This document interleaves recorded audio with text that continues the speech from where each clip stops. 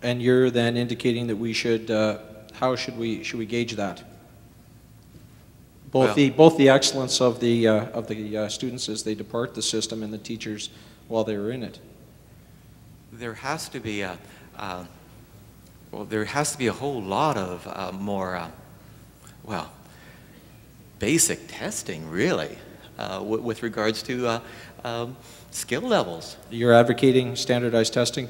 I am a supporter of standardized testing. I absolutely am, yes. Excellent. Vanessa, next.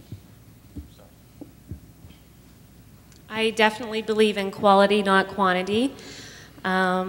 Just like, Alison Dowd had an article with the minister not too long ago about the no pass and fail policy, that she wanted to make sure that people understood that not everybody's going to pass. Also about the no late assignment. So they're working together as a team with the superintendents across the province to change that policy. So I definitely think it's quality, not quantity. Mrs. Bosla?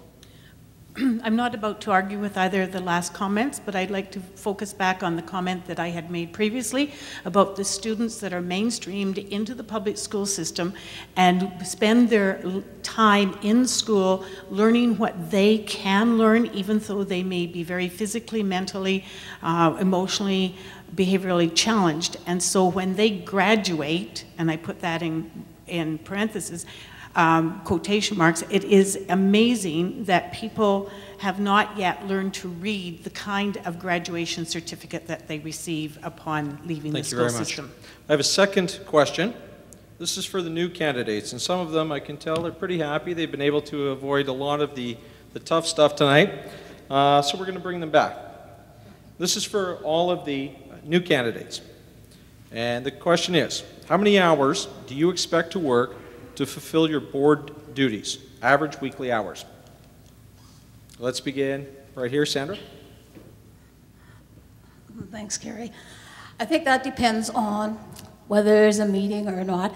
I've attended the information sessions, and it seems like in a month you could put in up to 30 hours, so almost up to a full-time job. So I guess that depends on what's happening. Budget time, of course, you expect a lot of time, and other times it may be a little less. So as much as time is needed. Candidate Gallant? I expect to work what is needed. I know that there's issues I need to educate myself on. I need to learn about things, and I want to do that. And the best way to do that is to get out there. I think often, and I know as a parent, I found it very intimidating to approach the board. So I do need to get out there and educate myself. I need to go and be part of the schools, go to the parent council meetings, and be out there. And that takes me the time that it takes me, and I'm dedicated and willing to work the hours I need to for that. Candidate Cameron. Yes, absolutely. First and foremost, my family's been very supportive in me going through with this venture. Definitely, I think in the area of a 15 to 20 hour week at it, when you take into account your reading, various committees, that type of thing. It's not something I take lightly, and it's not something that I look at as a part-time job, that's for sure. So. If I could, we've got 3 answers, all of which in large part reflect 2 parts. Number one, that people are prepared to put the time in. Secondly, that it is very difficult at this point in time to put an exact number on. And so I would like to ask, there was one additional question that came from the audience, and this was to incumbent trustees. And Devon, I'll let you pick which one should answer it. The question is as follows. There have been many questions around board trustee being accountable to the citizen. Do you believe that you are experiencing any restrictions on reporting? Which one's? Be jolly. Pardon me? I don't even know that I can, I'm sorry. Do you have any restrictions? Do you feel you have any restrictions on reporting to the public? I don't think we do. I think we have to be accountable for our actions as board members. And so, yes, we can speak to the public unless it's something that deals with legal or personnel, which is private, and that is not something that we can discuss with the public. But otherwise, we're not we are accountable to the public for what happens and the policies we put into place and what happens in our schools. So, yes, we're accountable. Do we have time for another question? We do. We have 10 minutes. Okay. I'm going to assume the trustees would give basically the same answer. So I've got another question here for candidates Sefton, Jolly, Bartlett, Kulak, and Bowslaw. Parents want to know, and any other candidates who want to respond, parents want to know how the education their children are receiving compares to children elsewhere in Manitoba and Canada. Do you support making standardized testing results for each school public, as well as information comparing our division's results with those of other school divisions in Canada? Mark Sefton. No. I don't believe that identifying individual schools is helpful. What it does is it pits one part of the city or one group of parents against another.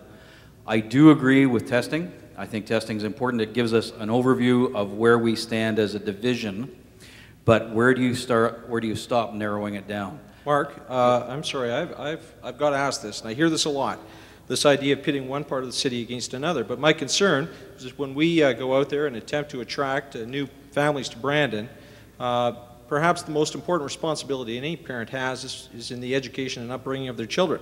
And it appears as though you do not want people to have that very basic information about what school might be in there would best serve their children. I'm not sure. Is that your intent? No, no. The parents could certainly go into the school and ask the question, how did your students do on this testing? But I think publishing it, putting it all out there, pitting one group against another is counterproductive. I think parents have the right to get the information as to how the students did in the particular school in which they have their interest, but to publish it and compare one against the other, I don't think works. What about comparing our division against other divisions across the country? Well, okay, good question, because you're going to pin me down on that. I agree with doing that, because I think that's a broad enough scale that we're not getting down to individuals. Okay, B. Jolly? I would agree with what Mark has said. And if you look at EDI scores that we do in the school, they do we can compare them across. And so EDI scores are something that is carried on in the schools now. And that's to see whether children are ready. And are our children ready for school? Peter Bartlett. Thank you. We currently do have school-based testing, and there is an expanding of that within our schools. Making all of that known in the Brandon Sun, I agree with Mark. I don't think that's going to serve what you're endeavoring to accomplish. Well, just a second. What we're endeavoring to accomplish is to have the best schools we can, and we have a school of choice policy in this division. Yes, we do. Where I want my kids to go to the best school, and I assume most people want their kids to go to the best school. So that's what I'm talking Certainly. about here. I I'm understand. not pitting schools against each other. I'm talking about getting the best education for children. So how, I'm just failing to understand how that is going to serve the community well in that. Peter, Peter, if I could, my ultimate responsibility, I'm sorry, Devin, this is obviously an issue of which I feel quite a bit of a passion. My responsibility, first and foremost, is for the education of my child. I am not particularly worried about pitting one part of the community against another. That's as the board's responsibility. I would like to know how best to educate my child, just as I'd imagine every parent here tonight would like to be able to decide how best to educate their children. And all we're asking for is that knowledge. If I can respond to that? Please, by all means. If schools A and B turn out to be your best schools, how then do you see that feasible in terms of a parent requesting school of choice and wanting what kind of a lottery of some sort so that you can gain access to those two schools because Perhaps they that are would put, the best schools? For fear of argument, and that's certainly not my intent, perhaps that would put a greater mandate and responsibility on the administration and teachers of that individual school to bring up what they're doing. Or perhaps there are mitigating reasons why that school is underperforming. But it would give the community an opportunity to understand. In fact, this is one reason why we're looking for the province to show leadership with regards to testing, so that we can have comparisons, the kind of comparisons that you would like to see.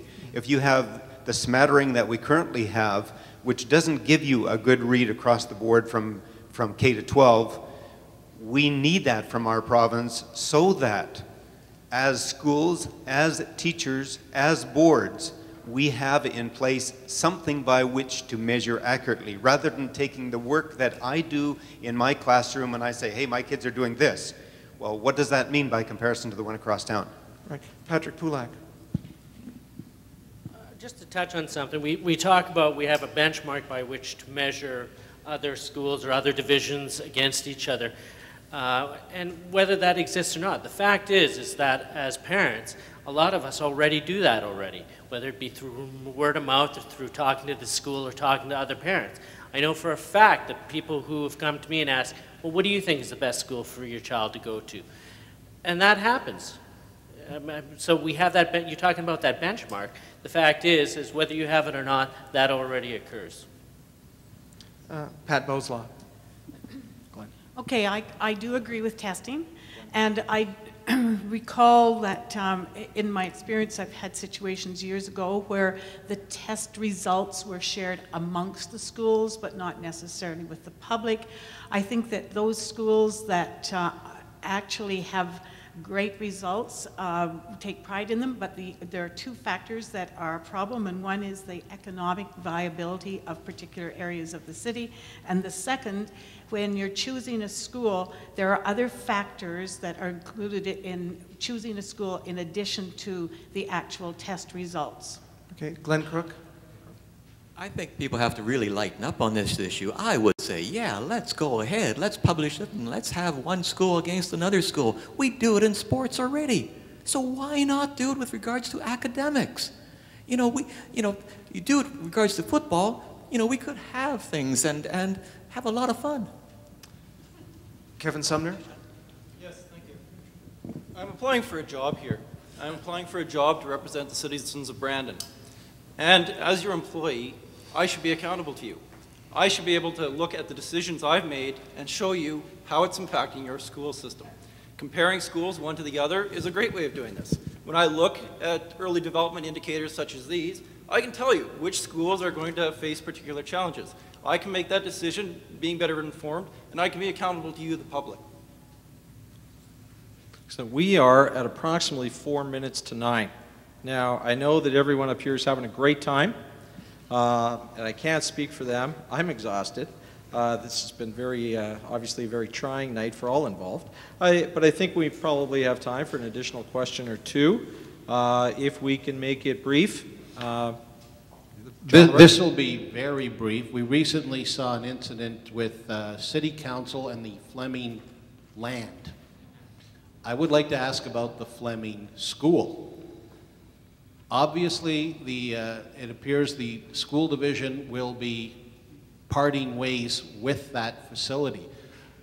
Simple question, if the building is sold, where will the money go? Will it be allocated into general funds? Will it go into a reserve fund? Or will we see it poured back into the classroom for the kids? And I guess I'll just leave it wide open once again for anyone who wants to answer. Jim? Public Schools Finance Board is the one that gives us authority to sell buildings. They're the ones that give us the money to fix buildings. When that building is sold, the Public Schools Finance Board will determine if we're allowed to keep that money, and if we are, they tell us that it goes into our building reserve fund. Okay, if I may, the school division owns the building, you're going to sell the building, why not lobby the province and say, hey, look, it's our money, don't tell us what to do with it? It is the taxpayers' money, is it not? It is the taxpayers' money, and in all likelihood, John, that money will be given back to us, but that's the purview of the Public Schools Finance Board. When they do give the money back to us, there's only one place it can go, and that is into the Building Reserve Fund. That's legislation. We have no control over that as a board, John. Would you then perhaps like to lobby to say we're going to make X amount of money and perhaps the money should go back into the classroom? And we do that. We do that, John, and we also have other projects on the go as well, like the Building Reserve Fund. There was money in there that helped with dark fiber for our high schools, for high-speed internet and that sort of thing. So that money is used on projects that the Public Schools Finance Board won't fund, that we don't have to go to the taxpayer to raise money for.